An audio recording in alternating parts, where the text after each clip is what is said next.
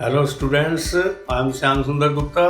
आजकल English grammar में जो हमारा agreement of the verb with the subject topic चल रहा है, उसमें आज हम 3 नियम और ऐड कर देंगे इस वीडियो के अंदर, यानी 8वां, 9वां, 10वां 3 नियम आ जाएंगे एक साथ। जैसे नॉट ओनली बट ऑल्सो का प्रयोग बहुत ही आसान और सुंदर तरीके से समझाया गया है। कुछ शब्द ऐसे हैं जो प्लूरल जैसे लग रहे हैं, बहुवचन जैसे, और वर्ब सिंगुलर का लगता है, जैसे न्यूज़ है। और इस तरह के सेंटेंस मतलब हमने काफ़ी मेहनत करके हम बनाते हैं वीडियो को, और ताकि हर एक को समझ में आए, जो कमज़ोर हैं, जो होशियार है, सबको ही लाभ मिले उससे।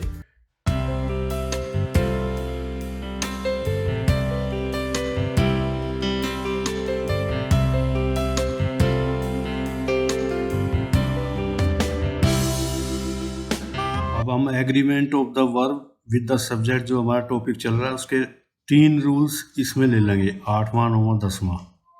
तो एक एक करके हम लेते हैं। 8वां, इसकी पहले समरी लिख लेते हैं, थ्योरी लिख लेते हैं, नियम लिख लेते हैं।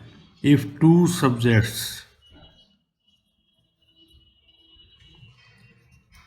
Are joined bye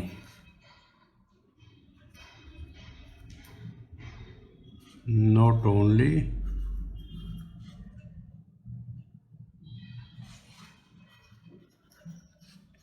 but also, ये प्रयोग है इसमें, not only but also। अगर इससे जुड़ा हुआ है तब क्या होगा?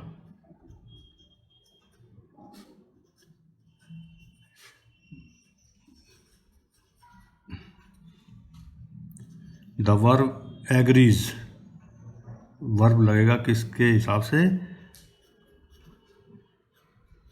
विद द सेकंड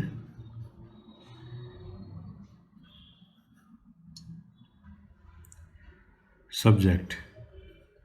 दूसरा जो सब्जेक्ट होता है पहले वाला छोड़ के दूसरे वाला उसके साथ लगेगा। जैसे बहुत साधारण सी चीज़ है, लेकिन सारा इकट्ठा याद रखना वो मायने रखता है, कहीं गलती ना। Not only Ram but also you, यहाँ वर्ब का प्रयोग are in the wrong. Not only Ram, केवल राम ही नहीं, तुम भी गलती में हो, प्रेजेंट टेंस का। नॉट ओनली राम, अब ये नॉट ओनली बट ऑल्सो, एक सब्जेक्ट हमने यहाँ लगा दिया है और एक सब्जेक्ट ये आ गया है, 2 सब्जेक्ट में। तो दूसरा जो सब्जेक्ट है यू, इसके हिसाब से हम वर्ब लगाएंगे, बस ये एग्रीमेंट है। कितना साधारण छोटा सा है परिभाषा। If two subjects are joined by not only but also the verb agrees with the second subject, second के साथ हिसाब से, यू के हिसाब से। यहाँ मान लो ही होता या और कुछ होता तो इसके हिसाब से लगेगा। और एक सेंटेंस लिख लेते हैं,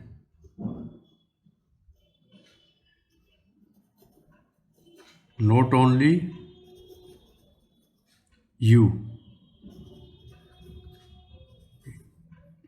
बट ऑल्सो आई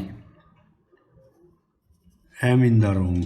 इसी सेंटेंस को हमने दूसरे सब्जेक्ट के हिसाब से ले लिया है। नॉट ओनली यू, तुम ही नहीं, मैं भी, I am in the room.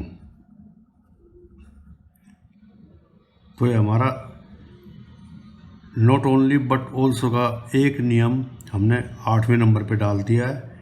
अब आगे हम 9वें पे दूसरा डाल लेंगे, 10 पे दूसरा डाल लेंगे, तो एक नियम ये पक्का हो गया है। नॉट ओनली बट ऑल्सो का प्रयोग आएगा तो दूसरा सब्जेक्ट जो भी होगा उसके हिसाब से वर्ब लाएगा। नहीं तो राम के हिसाब से तो ईज लगना चाहिए था, यू के हिसाब से आर, लेकिन आई के हिसाब से एम।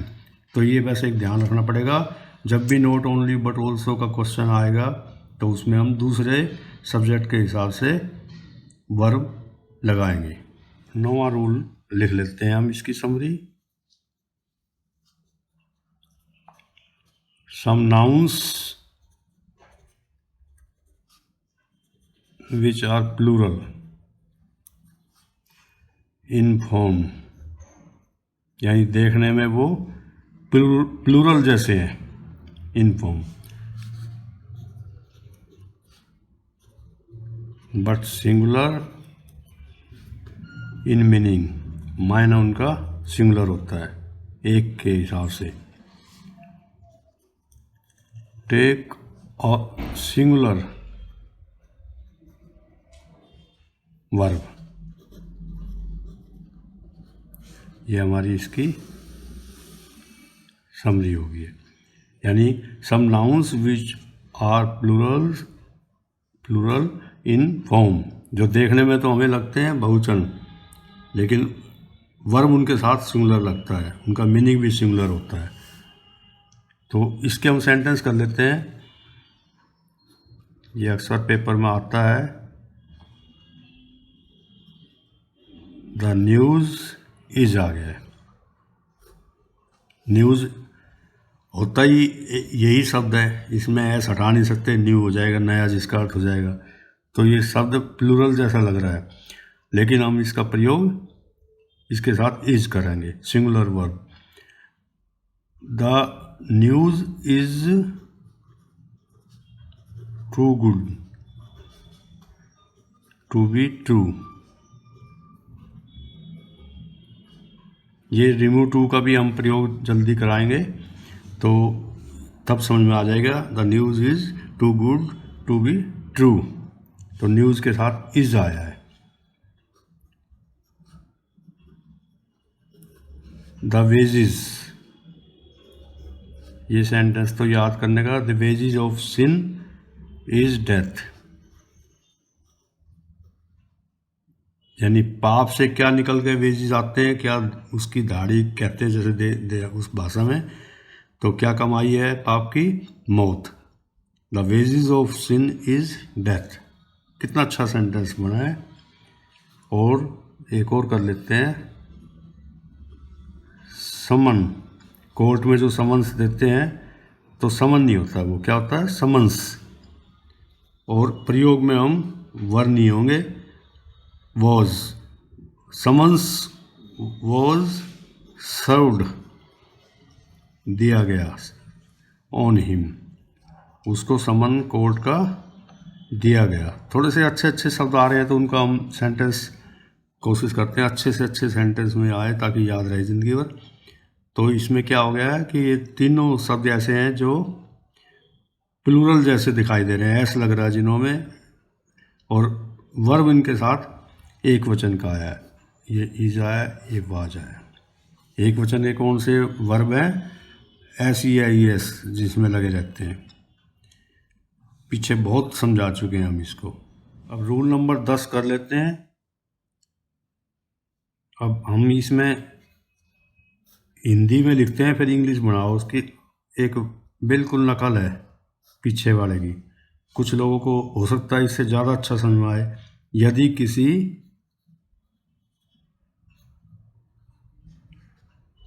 प्रॉपर नाउन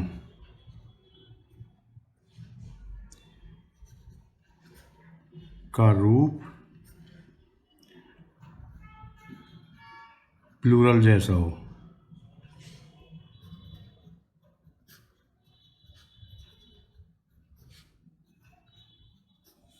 तो सिंगुलर वर्ब का प्रयोग करेंगे, या लगता है।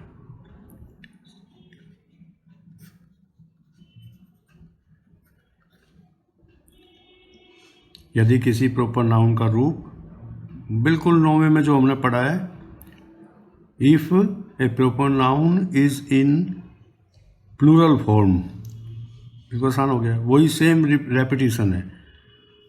A singular verb is applied, is put, is used, कुछ भी कर दो, तो इतनी अच्छी तरह से मतलब हो गया है कि प्रॉपर नाउन्स जो भी होते हैं, जो अपने किस्म के एक व्यक्तिगत हो गए, प्रॉपर नाउन्स का रूप प्लूरल जैसा हो, तो सिंगुलर वर्ब। यूनाइटेड स्टेट है। अब एक उदाहरण लिखते हैं हम इसका।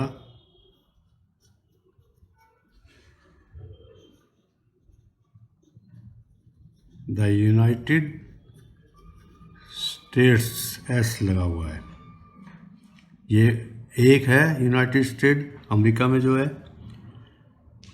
यूनाइटेड स्टेट अमेरिका, तो इसमें स्टेट्स आ गया है, प्लूरल हो जैसी शक्ल है लेकिन सिंगुलर है, ये इसका वर्ब भी सिंगुलर हो गया। इज़ अ माइटी, अच्छा सेंटेंस याद करने का है, माइटी कंट्री। एक हम पहले पढ़ते थे स्कूल डेज में, might is right, right is might, दोनों का अर्थ जैसे माइट इज़ राइट, जो शक्तिशाली है उस वो ठीक है, यानी उसकी बात भी गलत होगी तब भी वो ठीक है। तो यूनाइटेड स्टेट्स इतना ताकतवर है, इज़ अ माइटी कंट्री, बहुत ताकतवर देश है। दूसरा सेंटेंस लिख लेते हैं हम, एक जैसे हैं ऐसे ही। द अरेबियन नाइट्स किताब का नाम है ये, जिसके अंदर कहानियाँ हैं। द अरेबियन नाइट्स, अब प्लूरल में दिखाई दे रहा है लेकिन वर्ब इजी लगेगा। इज़ एन इंटरेस्टिंग बुक, कोशिश करते हैं बिल्कुल साफ सुथरा लिखें जिससे कोई भ्रम ना हो। यदि किसी प्रॉपर नाउन का रूप प्लूरल जैसा हो तो सिंगुलर वर्ब लगता है, वर्ब सिंगुलर आ रहा है। United States is a mighty country, the Arabian Nights is an interesting book. Paper में आते हैं ऐसे ऐसे। अब जैसे सब्जेक्ट था हमारा पॉलिटिक्स, पॉलिटिक तो नहीं होता ना, पॉलिटिक्स शब्द ही यही है। Politics is a dirty game, politics क्या है, डर्टी, गंदा गेम हो चुका है आजकल। देखो ना पॉलिटिक्स में लोग जो, politics is a dirty game, तो एस फिर भी इज आया है। दूसरा हम करेंगे इकोनॉमिक्स,